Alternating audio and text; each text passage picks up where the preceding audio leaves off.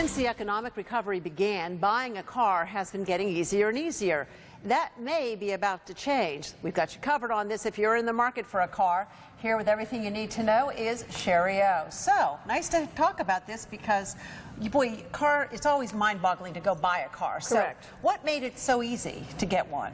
Well, when the real estate bubble burst, of course, the lenders stopped loaning on mortgages and certain other types of loans, lines of credit and that type of thing. But the problem is that's what banks do. So they needed to find something to loan on, and they found car loans as something that they felt comfortable making loans on. So what happened then is a lot of lenders jumped into that business. They competed with each other, and they all ended up having to lower their standards so you could get a better loan with a lower credit score and do things like extend the terms, things to make themselves competitive and attract more borrowers. The other thing that happened is the creation or expansion of what we call a secondary market, which means investors who are willing to buy those loans from the lenders once they make them. And when you have a market like that, it just encourages lenders to do more and more and more because they can sell them. And now it's kind of reversing and it's becoming a little bit more difficult. Why? What's contributing to that? Sure. Well, the car loans was actually the fastest growing lending segment for the last 7 years. But what happened is what you can expect. They lowered the standards and created sort of a cycle where more loans defaulted. At the same time, something else happened, though, Roxanne.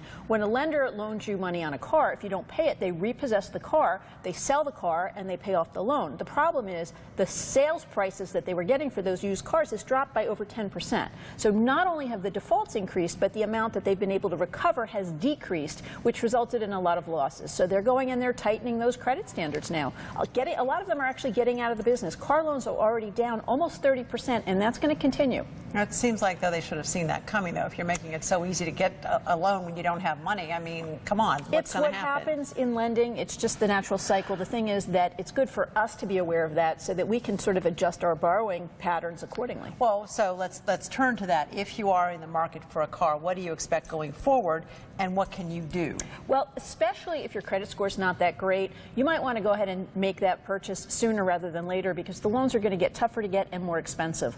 If you can't do that, you're going to have to really work on improving your credit score in order to get the same type of car loan that you would have gotten 2 or 3 years ago. For the rest of us, you know, if car loans go down, car sales may go down, so there may be an opportunity for us with dealer incentives and that type of thing. And the other thing to keep in mind, Roxanne, anytime there's an adjustment like this in a major aspect of our lending, I mean, let's face it, most of us borrow money for a home, we borrow money for a car, we borrow money for student debt, credit cards. We want to pay attention to those things as opposed to an airplane loan or something.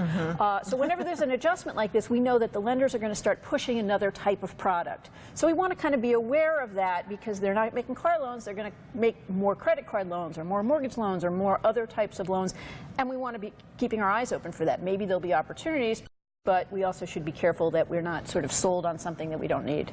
Kind of a buyer beware. Always, it really always. is. When it comes sure to borrowing, it's another always. lesson. Always do your homework. Thanks, Shari, for being with us today. Sure. Let's go.